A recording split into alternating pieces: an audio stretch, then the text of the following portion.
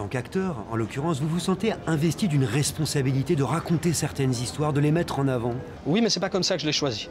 Je les choisis pas en me disant « Ah, j'ai une responsabilité, je voudrais raconter ça parce que politiquement c'est important pour moi » ou ça. Non, mais quand ça me vient, déjà ça suscite mon intérêt, mais ensuite il faut aussi que le film, le scénario et la synergie soient présentes. Sinon, je vais pas m'amuser dans mon art. Mais oui, c'est important.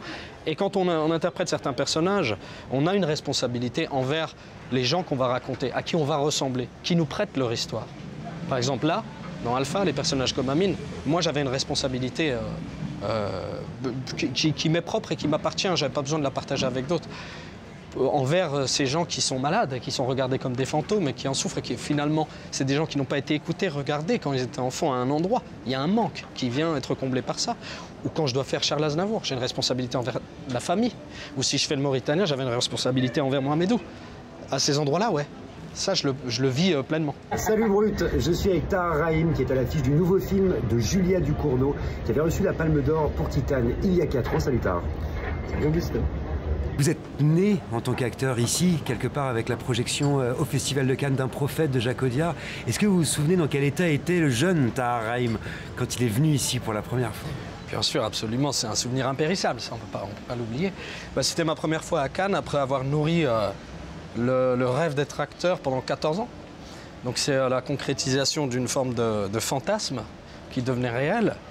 Et comme une première fois ne se passe qu'une première fois, autant qu'elle se passe bien, elle s'est passée admirablement bien. Vous étiez tendu, vous étiez ému, vous aviez peur? J'avais un peu peur au début, bien sûr, parce que j'étais lancé dans le grand bain. Je ne savais pas trop comment ça allait se passer.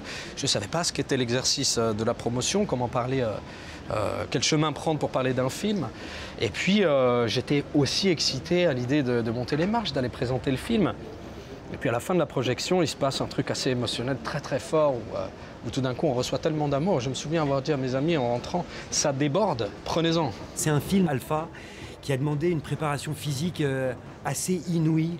Peut-être que vous pouvez nous raconter comment vous avez procédé, parce que je sais que ça vous tient beaucoup à cœur.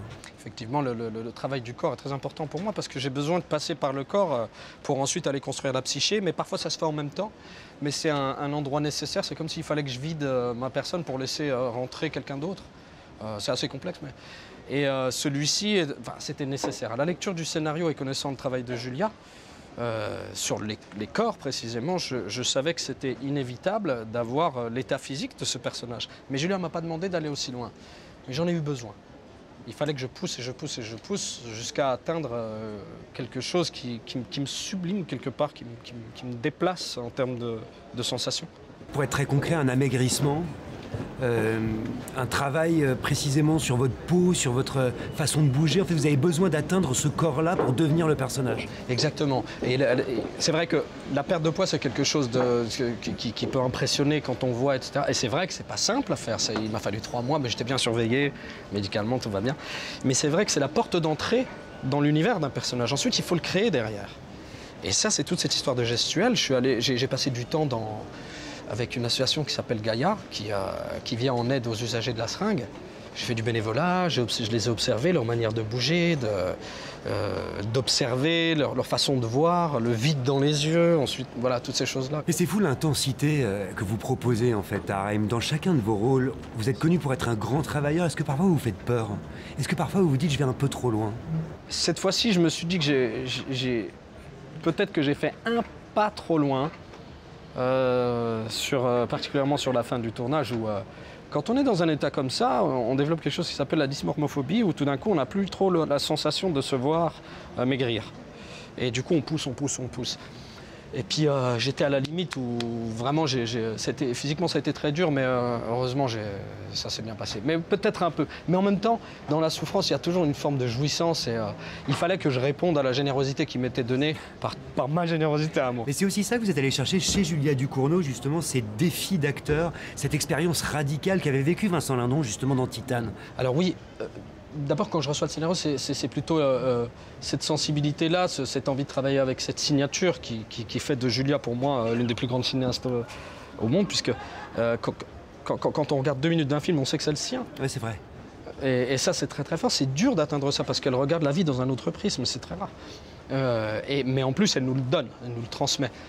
Mais quand je lis le script, je vois ça, je me dis, bon, je suis obligé d'y aller.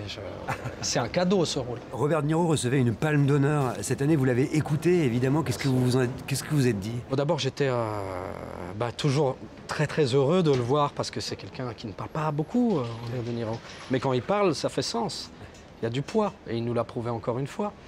Et c'était un bonheur de le voir récompensé comme ça. Et je sais pas, j'ai beaucoup d'affection pour Robert De Niro. C'est comme s'il faisait un petit peu partie de mes oncles, quelque part. J'ai grandi avec lui, j'ai été très inspiré par son travail.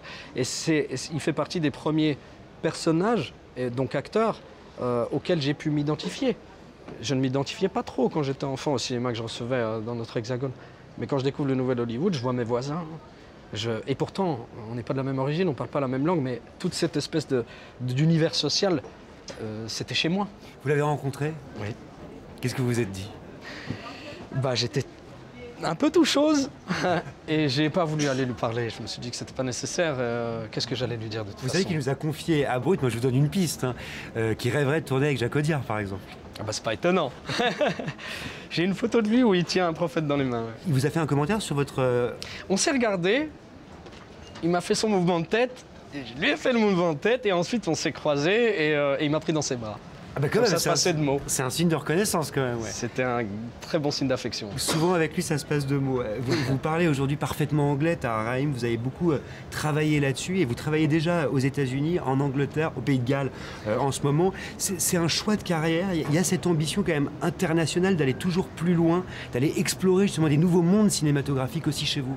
Absolument, oui. C'est comme ça que je me suis construit en tant que spectateur. C'est ce que je me racontais, jusqu'à ce que rétrospectivement je comprenne que c'est comme ça que j'ai été construit en tant qu'enfant. Parce que là d'où je viens, dans la cité où j'ai grandi, à défaut de pouvoir me payer un billet d'avion pour voir le monde, j'appuyais sur le bouton de l'ascenseur. Et je me retrouvais en Afrique, en Asie, avec des gens du voyage, un peu partout. Et j'ai été nourri par toutes ces cultures-là. L'addition de ces cultures-là font un peu la personne que je suis. Et je pense que forcément, quand on est artiste et on essaie de créer des choses, on retranscrit ce qu'il y a au fond de notre ventre et ce qu'on a traversé. Et je pense que ça vient de là, mon goût pour la non-frontière et l'envie d'explorer des cinémas de partout. Vous avez tourné Tahar Rahim avec Rebecca Zlotowski, avec Catel Kilevere, avec Julia Ducournau aujourd'hui. 3 réalisatrices qui bouleversent le cinéma français en ce moment. S'il y en avait eu une, je n'aurais rien dit, 2, ça veut dire quelque chose, mais 3, c'est pas d'un hasard d'aller vers ces cinéastes, vers ces femmes réalisatrices aussi. C'est marrant parce que ça me fait penser à ce que j'ai vécu d'emblée sur le film de Julia. C'est que moi j'ai grandi dans une famille de 9 enfants, où j'ai 4 sœurs et ma mère, et j'ai passé beaucoup de temps, moi, avec elles. Elles sont une grande partie de mon éducation. Et quand j'arrive sur le plateau de Julia, où j'ai Golshifteh, Julia, Mélissa, et je me retrouve un peu à la maison, quoi. Ça me renvoie dans mon enfance et ça m'a ouvert dans un terrain de jeu. La façon dont les femmes vous regardent aussi? Je sais pas. En tout cas, cette sensation, cette relation que j'ai avec, de par mon histoire avec les femmes, me rassure. Quand vous voyez Afia Herzi, qui en est à son 3e film et qui cette année est en compétition au Festival de Cannes, ça vous donne envie parfois de réaliser, d'aller vers ça? Je pense que tout acteur a un peu envie de tripoter la caméra à un moment donné. Pourquoi? Je sais pas, c'est peut-être je sais pas comment... Je sais pas si c'est cette relation qu'il y a dans le fait d'être, non pas utilisé, mais exploré. Et peut-être qu'on a envie de voir comment on est exploré, de s'installer de l'autre côté. Quelque chose d'expérimental peut-être, ce qui m'a traversé. Et qui me traverse encore, mais si je devais le faire, je suis pas scénariste. Je me suis essayé à ça, je ne le suis pas. Attendez, là vous me tendez des perches, ça veut dire que vous avez des choses dans vos tiroirs? J'ai écrit des choses, mais je suis pas scénariste. Donc si ça arrivait, soit un jour un scénario arrive et il me parle, ou alors je travaillerais avec des gens qui écriraient, puis je serais avec eux. Merci Tahar Rahim. Merci à toi.